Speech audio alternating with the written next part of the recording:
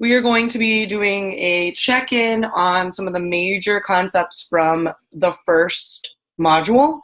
And then at the end, we will have an opportunity to do the DBA from module 1. Or I guess it's technically module 0, right? I should probably update that. But we'll get to that in probably about 20 minutes or so.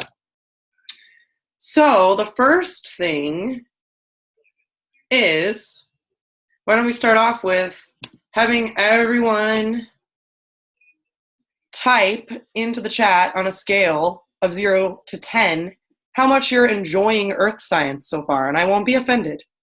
0, you hate it. 10, you like it. Any number in between telling me something else. I see a 8, 5.5, 7. Yeah, right? So this class is a lot of assignments, which you've probably noticed. There's a ton for earth science, right? But it's pretty general. And so hopefully at some point you will find a topic that you like. And if you don't, you'll at least get a science credit, right? So you're going to move through quite a different array of topics. For example, the next module is going to go into water quality and talking about water. So that's something that personally really interests me, right? This first module you might have found kind of boring because it's about measuring. However, it might have been interesting for you to learn about that stuff as well.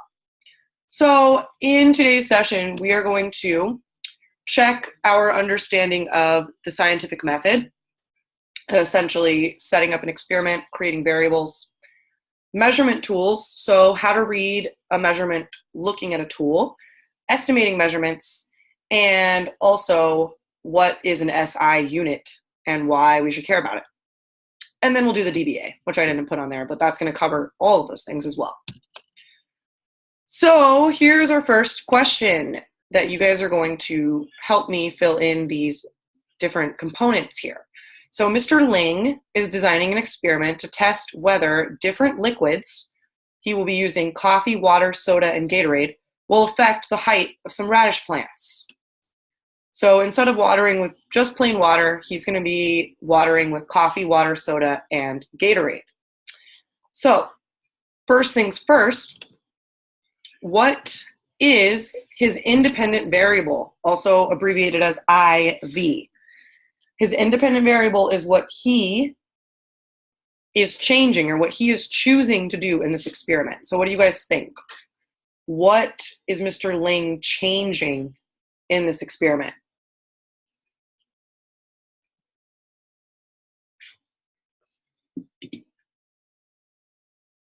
Yeah, he's changing water into coffee, or technically he's changing the type of liquid that he's going to use to water, right? So type of liquid would be a good way, thanks for John for chiming in there, right, to describe all of those, because we want to include coffee, water, soda, and Gatorade. So I like to think of this as variable the scientist is changing, right? Because this is the variable that you yourself pick to alter so that you can see if something happens. In this case, it is the type of liquid. And again, if you were doing a real science write-up, you would probably explain, right, in parentheses, coffee, water, Gatorade, and soda. Okay. What about his dependent variable? What is he going to be measuring here in this experiment? Oops.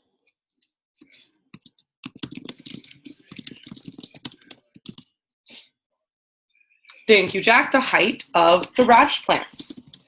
So in order to have a solid experiment, you need to be able to measure something, right? We want to know, is the type of liquid changing the height of the plant, right? If all of your plants look exactly the same at the end, well, then probably didn't matter what you were watering with. But we probably know from our own personal experience that if you watered a plant with coffee, it's probably not going to go very well, right? In fact, I will talk about that in a second. What about control variables? So variables that we need to keep the same. And notice variables, there's more than one.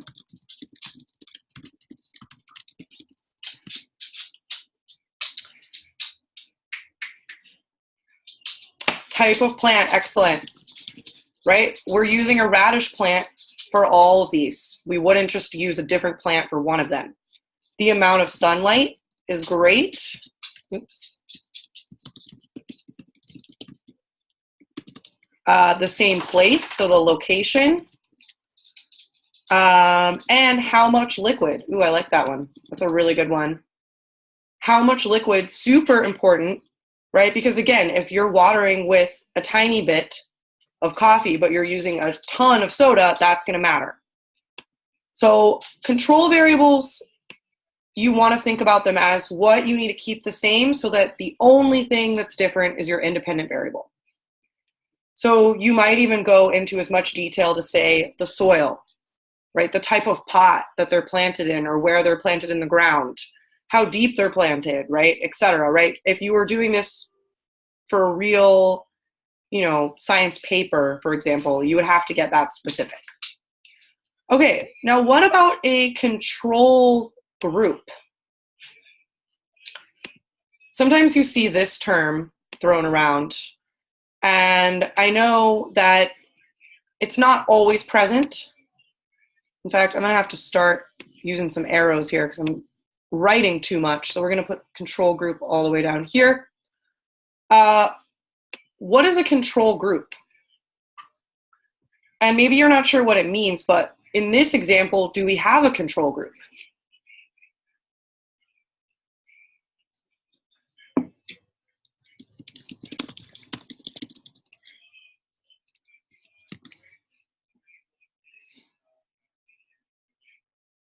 What do you guys think? This is a hard one. More than one thing we keep the same. So those are the control variables, right? And that's where this gets confusing. They sound the same, but they're not quite the same.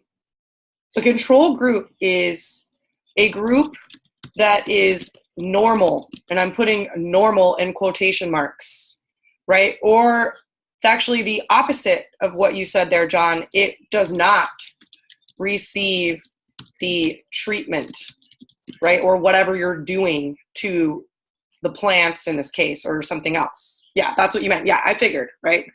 So a control group, I like to think of it as the normal group. We're going to compare to that group.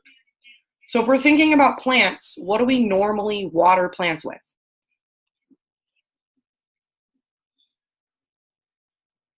Water, right? So our control group here would be water. Now, would the water plants necessarily grow the most? I don't know, right? We would expect them to because there's probably a reason we water with water. Hence, it's called watering, right? But maybe not, right? Maybe soda is a secret thing we just discovered works really, really well. So control groups are not always there, right? Especially in a situation where you don't have a normal situation. So for example, if you're doing the amount of water instead of the different liquids, maybe one plant you're watering with 10 milliliters of water, one with 50, and one with 100. Well, it's pretty hard for you to know which one of those would be the normal situation, right? Because it kind of depends on the plant and what the instructions say. And even then, there's still a lot of discrepancy there around how much water you would use. So in that case, you probably wouldn't identify a control group. You don't really have a normal plant in that situation. You're just going to compare all three of them. So a good thing to ask yourself when you see a control group is there a normal group, right? Or something that's usual? Or is there a group that's not receiving something special, right? So in this case, water is not as special as coffee, Gatorade, or soda for the plants. Okay, and then what about a hypothesis? I mean, what do you guys think? What would happen if Mr. Ling actually did do this experiment? Which plants would grow the tallest? The water, the soda, the Gatorade, or the coffee?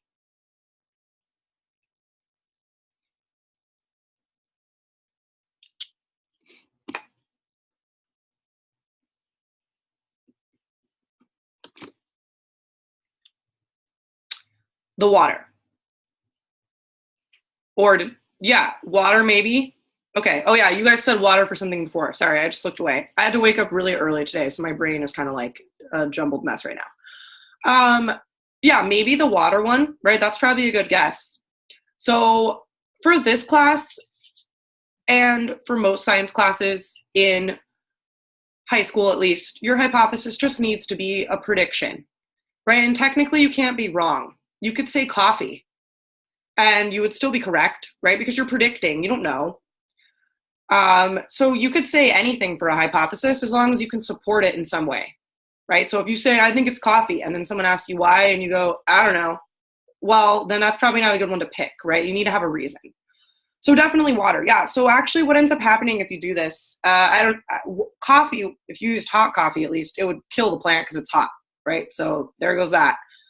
Soda, I have not done directly, but I have done an experiment with students where we used Gatorade. And what ended up happening was the soil started fermenting because of the sugar in the Gatorade.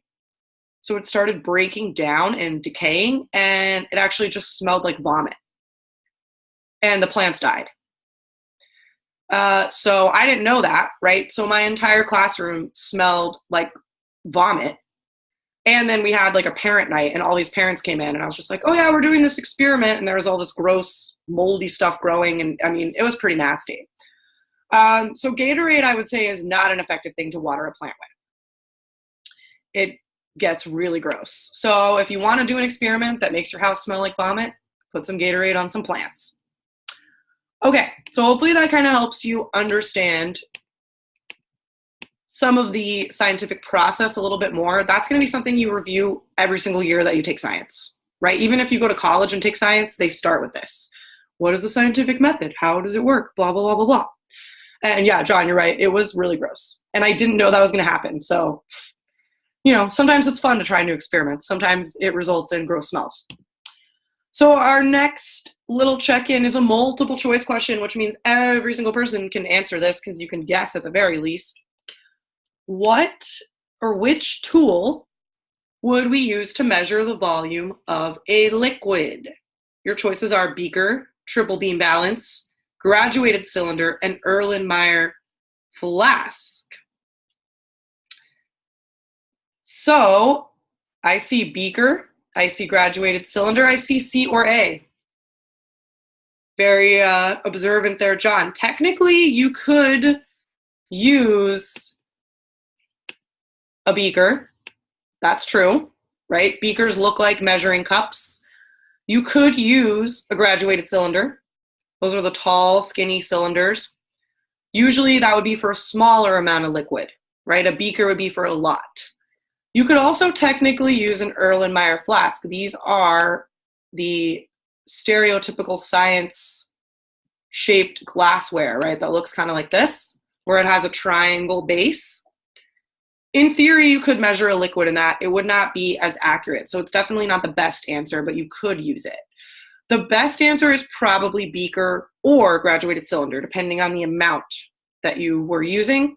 The good news is nobody put triple beam balance, right? What would we use a triple beam balance to measure? Mass, right? So a triple beam balance, if we wanted to know the mass of our liquid, we would definitely be using that. But otherwise, you can't really find volume using the triple beam balance.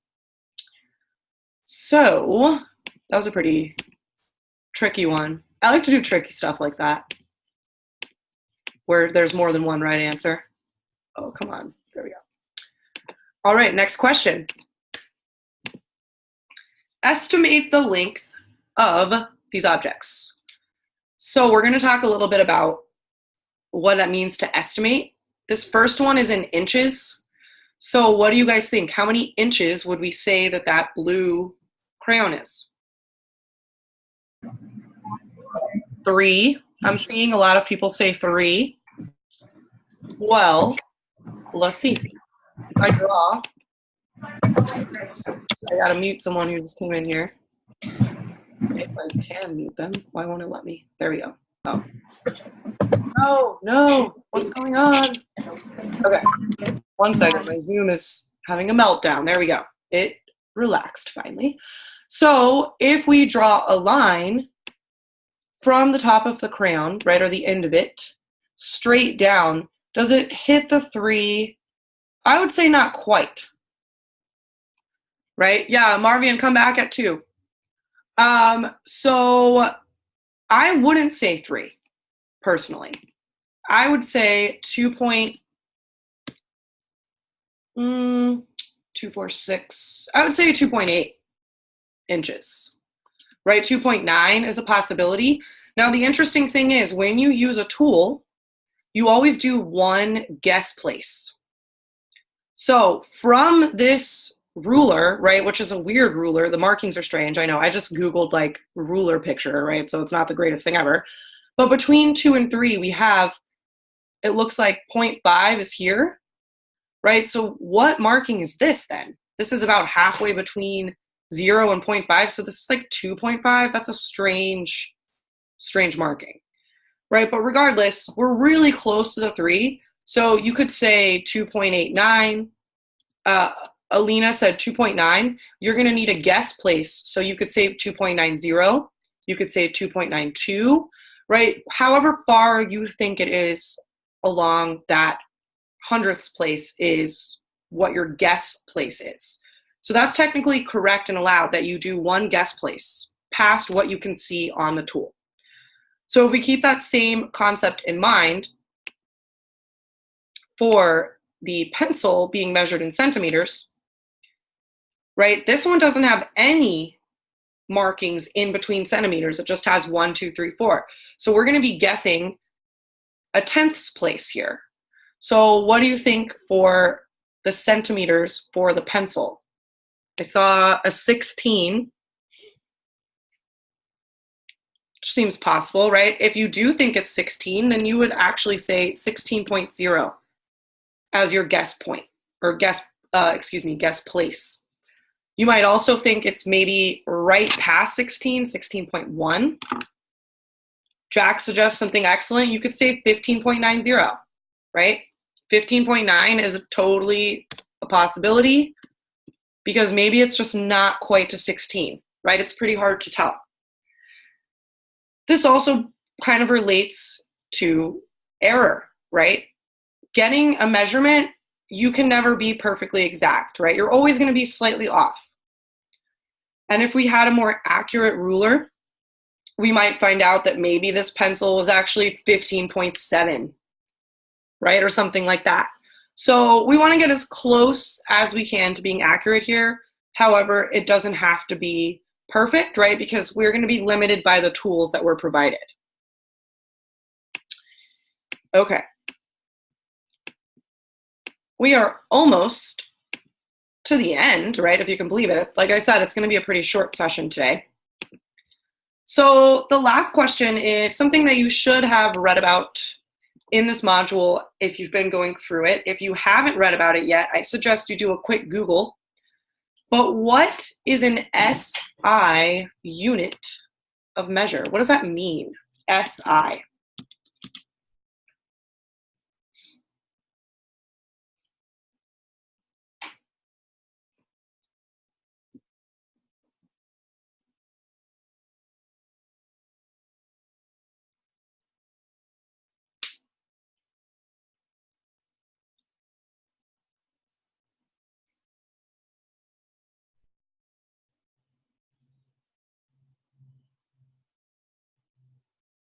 If you're not sure, take a quick little Google.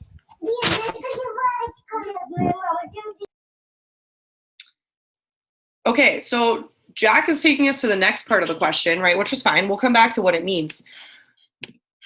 An example, right, involves kilograms and Kelvin, right? So Kelvin is a type of temperature measurement. Kilogram is a type of mass measurement, right? And John tells us what this technically means. It means system international. Okay, well, what do you guys think that means, right? That doesn't necessarily sound like English, although we can sort of guess it means an international system, right? So what is an international system?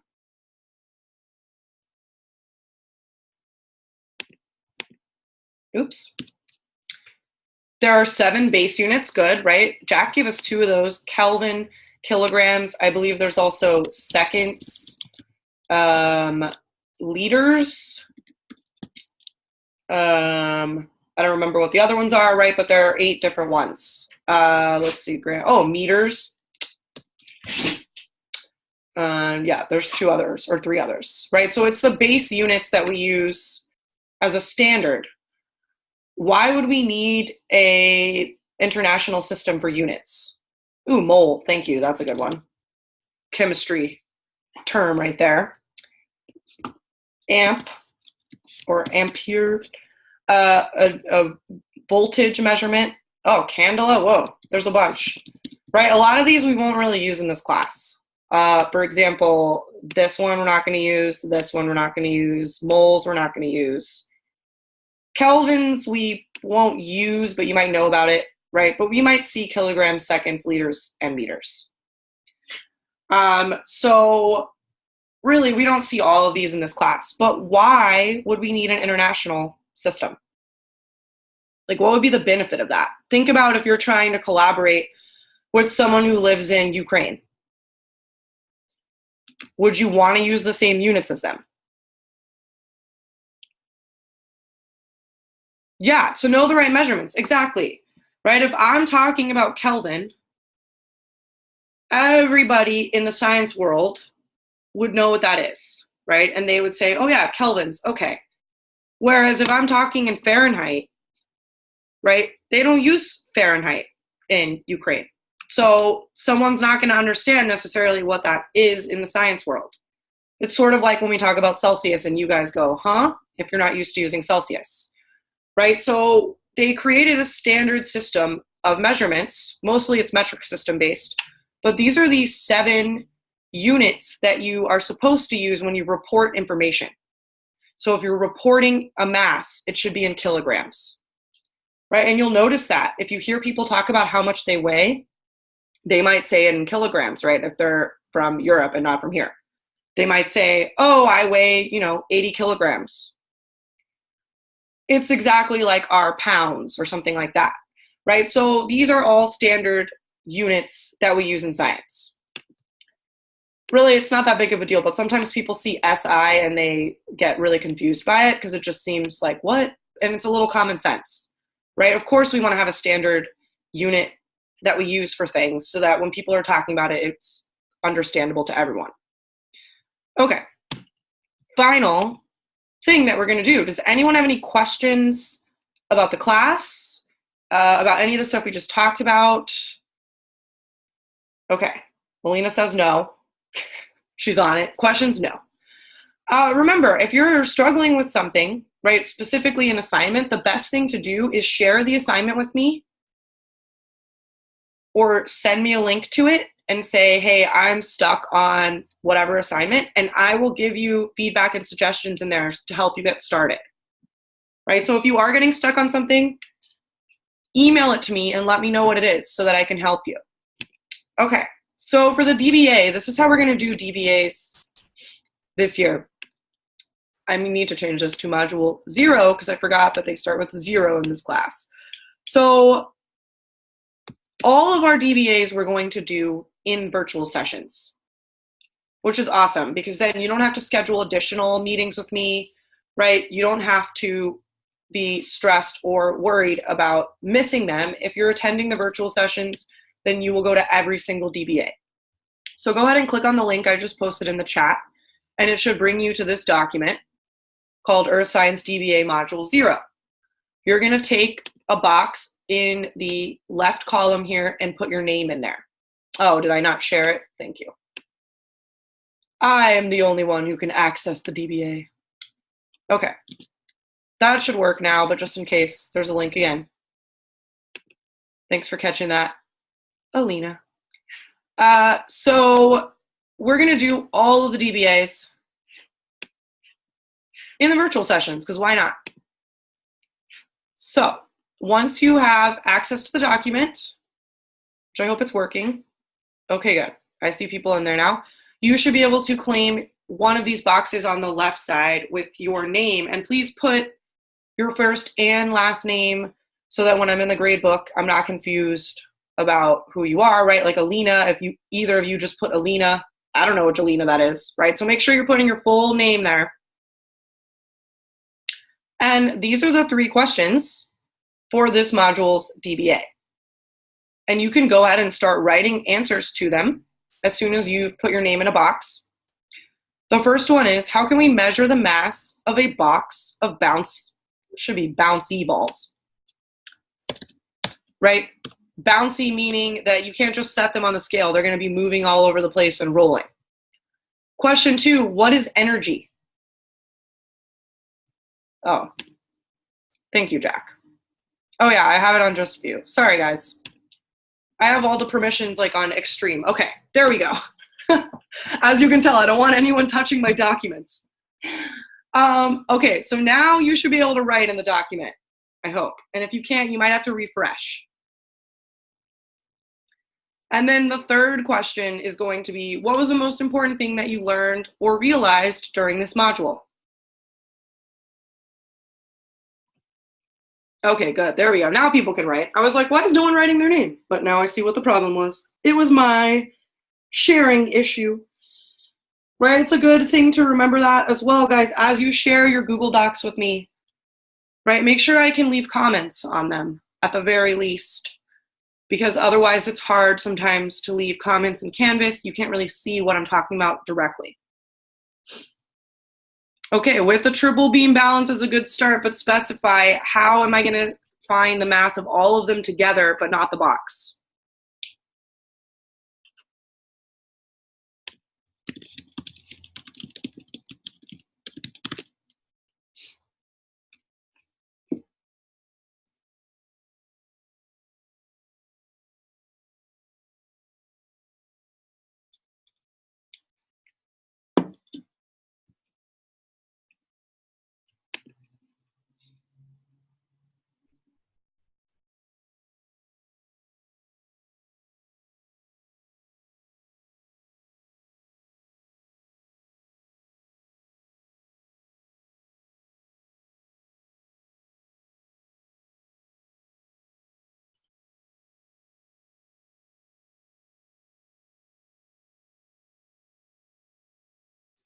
Yeah, and if you're feeling like there's some lag happening in the document, right, that's pretty normal. So be patient with it, right? I'm going to leave this open, obviously, so you can always edit your answer or continue to write later. I know last year some people had issues with the document freezing on them. So let's see what we're thinking over here. We can measure the mass of the box of bouncy balls using the good start. Nice, Alina. We can weigh it and then minus the ball mass from the box. So you want to switch that. You would minus or subtract the mass of the box from the whole thing, which I believe is what Jack is saying down here. Take the balls out of the box so you can measure the mass of the box. Good. Then put the balls back into the box. Then measure the mass of everything. Good. And then the next step will be to subtract out the mass of the box. Right, so that's a super detailed explanation of what we would do. Alina L, I know that's exactly what you meant from your answer, I could tell. You can also, depending on the scale, as John is saying, you might be able to put the box on and zero the scale and then just put the bouncy balls in. Right, so sometimes you can zero with the box or the container on the scale. That doesn't always work. It kind of depends on the scale, right? But that is definitely a possibility. That is one of the questions that will be on the module exam. So if you haven't taken the module exam yet, you will see a question about that, right? Which is why I asked it here. And then what about what energy is? Seems like an easy question, but a lot of times when people try to start putting it into words, it's hard. Alina's like, I believe, yeah. I bet you could give 1,000 examples of energy, but can you explain what it actually is?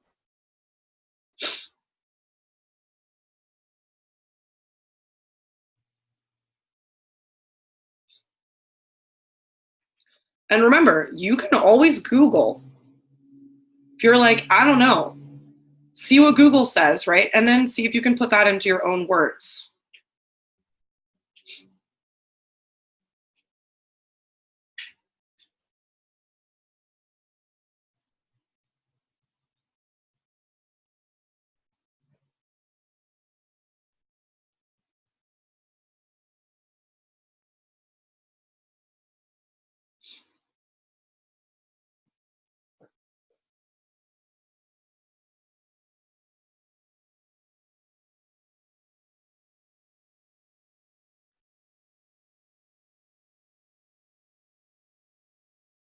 Energy is the power of physical chemical resources.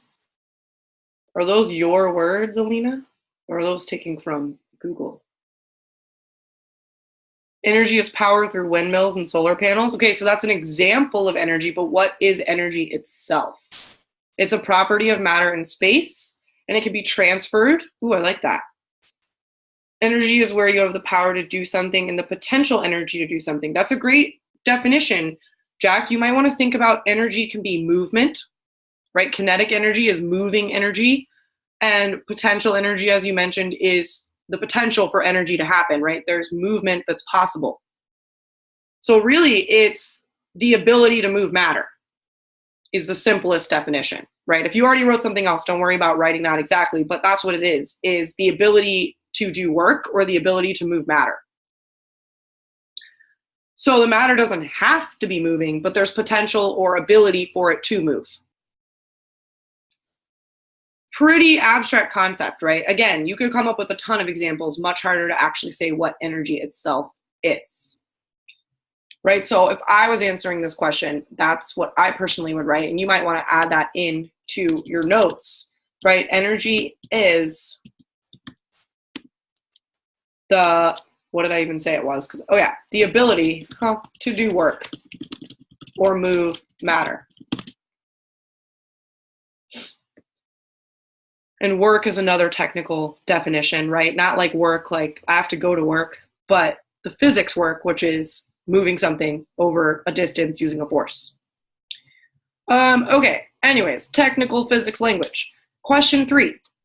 What was the most important thing you learned or realized during this module? Right, and you may think maybe you didn't really learn anything new, but even if you didn't learn something new, what do you think was the most important thing from the module?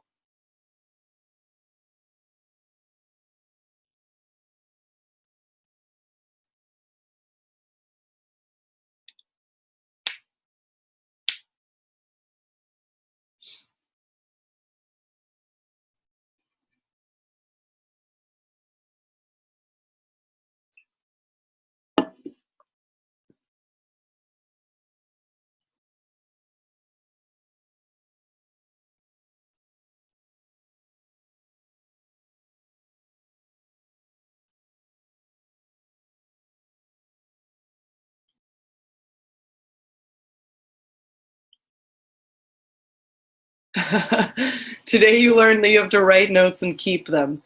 Yeah. And as a little reminder, right, today's the 19th. Tomorrow is September 20th. There will be notes due from this module. So taking notes is important. And that is something that I did emphasize in this module. There's more than one way to explain what energy is and what it does. Good. Definitions and measurements vary in science. Great. The most important thing I learned was how there is standard international measuring system. Yeah. Right? So anything that you write there can be true. All right. That was the DBA. So easy, right? I don't know. Maybe not for you guys. It was easy for me. So what you're going to do now is you will submit something into Canvas. You can submit a link to this document, or you could submit a sentence saying, I was in the virtual session, right? And you will be getting full credit for the DBA. All right, does anyone have any questions, concerns, want me to repeat anything that I said here before we end the session today? Nope, goodbye. Okay, awesome. So I will see you guys next week. Same time, 1 p.m. Probably going to be around the same amount of time, 30 to 40 minutes. And have a good rest of your week. Don't forget to email me if you get stuck. Okay, bye.